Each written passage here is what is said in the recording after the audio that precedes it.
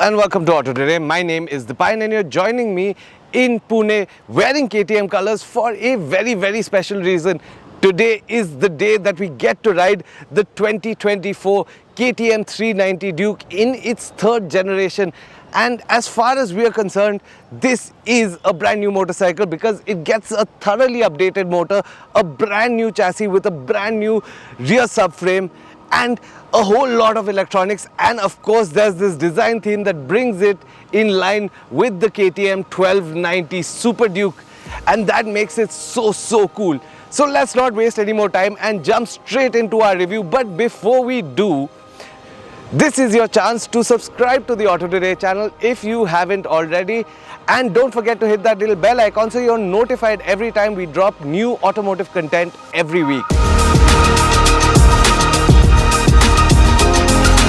Now, from the moment the third generation KTM 390 Duke enters the frame, the first thing you're probably going to notice are these sharp new headlamps with the DRLs flanking them on the side. Now, they have been a little bit polarizing in the comments that we saw coming out of the first time this bike was revealed, but here in the flesh, I think it looks really sharp and it's reminiscent of the KTM 1290 Super Duke, and that's a design theme that has been followed throughout the motorcycle. So I think that this little theme setting right up front is really cool. Now, another thing that you're going to notice is that the alloys are different, and while they're the same size, 17 inches as before, with 320mm disc up front, they are 1.7 kilos lighter when you add up the weight saved by both the front disc and wheel and the rear disc and wheel, which is 1.7 kilos of the unsprung mass of the bike, which makes it just that much more sharper to handle. Now, once you move over to the tank, you're going to see a little more of that 1290 Duke inspiration, and that especially happens along the tank with these tank extensions that start at the seat and extend almost past the headlamp. Now, it gives that bike that very imposing presence, but it hides within it a very small compact tank. But even though this tank is smaller in dimensions, it does hold 2 more liters of fuel, and that is something you should probably remember for later in the review when we talk about just how much weight this 2024 third generation 390 Duke saves. Now, if there's one design element that I really love, it's a functional piece of equipment that's been integrated aesthetically, and for me, on the third generation of the KTM 390 Duke, it is this aluminium rear subframe that has been left naked but has been integrated so functionally and so beautifully into the tail section that it creates this effect of this beautiful naked minimal rear tail section that looks absolutely good. And of course that ends with an LED tail light with a new design and housed in a clear case, which I think is really cool. Now that we've told you about the design, let's talk a little bit about the kit that KTM is offering with this 2024 third generation 390 Duke. Now, starting at the front, you do get fully adjustable USD springs that are adjustable for 5 steps of compression and 5 steps of damping. At the back, you get a now offset monoshock that is adjustable as well, but for 5 steps of compression and 10 steps of preload.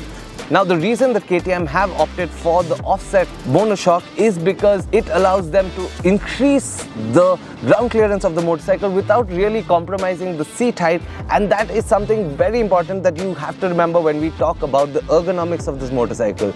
But of course, there is also a brand new TFT screen which has a very mobile-like display even under harsh light, and it is also the interface point for the entire new electronic suite that comes with the KTM 390 Duke. Let's jump straight into that and see what's on offer. Now, when we're talking about electronics and especially what comes through the instrument cluster, the first thing that you're going to see is a lap timer that KTM call that track screen. Now, this allows you to collect lap times as you go along on the track from right on the motorcycle, which I think is pretty cool, and then you get to come back and review them and see how you've done. I think that's a really cool feature. You can then divide it down to sectors or to laps altogether. That's entirely up to you. You also get a screen that allows you to select your ride mode, of which there are 3. You get track, you get rain, and you get street. There are 2 ABS modes that you can select, road and of course supermoto, that allows you to lock up the rear wheel and get it nice and sideways. And you get KTM's MTC that is available in 2 settings, on and off. But another really cool feature on this motorcycle, of course, is the launch control function. Now, while it does not control the input of revs or the clutch release, it will keep the wheel down. So it's more of a wheelie control function, but it allows the maximum amount of power to be sent to the rear wheel without losing traction. So I think that's a pretty cool feature. It's a little bit gimmicky, but I'll give it to KTM on this one. Now, aside from that, you do get music connectivity, navigation, and call interfacing through your instrument cluster right here. Although navigation is an additional offering that comes as a premium with a paid subscription to KTM's app. Now, remember that thing I told you about the rear offset monoshock? Well, KTM have used it as a functional tool, and as a result, what you get on the 3rd generation of the KTM 390 Duke is 30 millimeters more of ground clearance with a seat that is 23 millimeters lower than before, and that makes it accessible to a much wider range of riders. And getting your foot down flat shouldn't be hard, whether you're 5'5" or 6 foot tall like me. But just to show you, I'm going to get on and show you how much adjustability there really is from the saddle on the KTM 390 Duke. Now, the first thing I really like is the way that the foot pegs are placed. Now, they are rear set because the KTM is a sporty motorcycle, but that said, there is enough space for you to ride straight up as well. And when you do commit to the motorcycle, there is a very nice knee recess for you to hold on to in the corners. Now, that said, the tank is also very slim and it allows you to grip in easy. One of the things that I don't like though about this seat is the fact that it may not be as long as the previous seat was. So for taller riders, it could get slightly cramped. But overall, in terms of ergonomics, the question you're going to be asking, is it still as versatile as before? Is it a bike that you can take to the track, that you can ride every day and also commute with? Well, I think that it's just gotten better with that little modicum of adjustability and of course the improved ergonomics that allow you to ride without really tiring yourself out. I think the KTM 390 Duke has that down, and it does set a little bit of a benchmark in this segment.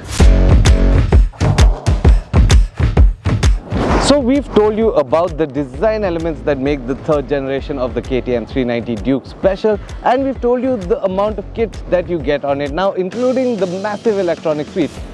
But since then, we've had a chance to take it out on Bajaj's test track in Chakan, Pune, and really get a feel for how those things translate on the road. Now, of course, the headlines with this 3rd generation of the KTM 390 Duke is the debut of the brand new motor that KTM are calling the LC4C motor. That is, of course, a slightly larger displacement motor than before, with 399cc of displacement as opposed to the 373cc that was displaced before. Now, this motor does make more power and torque, that is 2 Nm more of torque and 3 bhp more of power. But that is really not what explains it. That's what you're going to read on paper. What really has changed, of course, is the fact that they deliver this peak performance ratings, whether it be power or torque, at lower RPMs by 500 RPM, and that is where the tone of the biggest difference in the KTM 390 Duke's power delivery is. Now you have a lot more in the mid-range while keeping intact that KTM top-end performance. The bottom is still slightly less aggressive than what we've seen on the 1st generation, or for that matter the 2nd generation, but it is more progressive, which will make it easier to ride in the city as well. Now, of course, you do get adjustable springs, and that does make a massive difference to the confidence with which you can corner, although we didn't really get a chance to play around with compression and rebound settings as much to dial in that perfect setting, but we did use the mid setting, which is the perfectly stock setting, which is halfway points on both ends, and we found it very, very agile without really compromising on comfort that much. And I think if you really do spend some time and get your measurements right and get your weights right, you can have a really comfortable motorcycle, not just for the road, but for the track and for touring as well. Now, the position does make the rider a little more engaged than you would like to be on a street naked, but it's something that we've come to expect from the 390, which has always been the most hardcore street naked in this segment, and it continues that theme as far as that goes. What is the real letdown for me though is the fact that this one gets H-rated tires. Now, yes, they are Metzeller's and they are M5s and they are quite sticky as it is, but I kind of feel that the MRF W-rated tires are grippier and would have done more justice to this motorcycle despite being slightly less expensive than the Metzeller's that have probably driven up the price as well. Another thing that we have to discuss, of course, is the amount of weight that has been saved on this motorcycle. Now, considering the fact that the fuel load has gone up by 3 liters, which means about 90% of 3 liters will be added to the total curb weight, we've still saved about 5 kgs on the total motorcycle. Now, talking about the brakes, the KTM 390 Duke has always been a motorcycle that stops short, and that continues on this third generation. Despite the lighter disc, despite the lower weight, this is still a motorcycle that you can really be precise on the brakes and you feel them all the way on the levers despite having so many electronic aids, and I think that is something that stands out.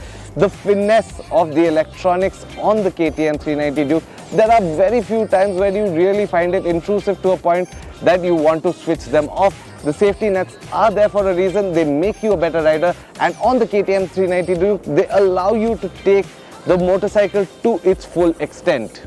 Now, the KTM 390 Duke comes back as a slightly more expensive proposition, and I'm not going to compare it to the segment or that new motorcycle from the south of India right now. I'm just going to talk about this KTM Duke as a progression on the old one, and I think this 2023 edition is a full step forward from the previous generation, and KTM have done it in such a way that it preserves the essence of the KTM 390 without really diluting it, but making it easier and more accessible to a much wider audience of riders. And I think that is what has made the KTM special to begin with, and that's something that will continue in this third generation as well. Now, at 3,10,000 rupees, ex-showroom for the KTM 390 Duke that you see with all the features, one has to consider that it is a pretty strong value proposition as a motorcycle that does it all, whether it's touring, whether it's commuting, whether it's riding on the track. The KTM 390 Duke is still the answer to all those questions. Now, if you like this video, don't forget to hit that like button, because my boss said he'll fire me if I don't get 100,000 likes on this video. That's all for me. This is Didi signing off.